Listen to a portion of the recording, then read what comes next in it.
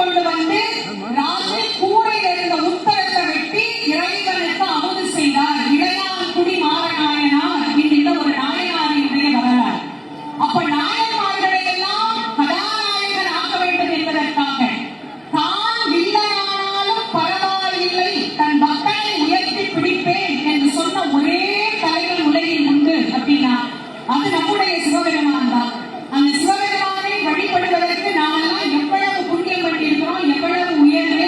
இந்த தலத்திலே இருந்து இந்த நாளில் இந்த காட்சியை பார்க்கக்கூடிய அனைவருக்குமே அண்ணாமலையாருடைய அருள் பரிபூர்ணமா கிடைக்கணும் அப்படின்னு நம்ம உள்ளன்போடு பிரார்த்தனை செய்து இப்ப அண்ணா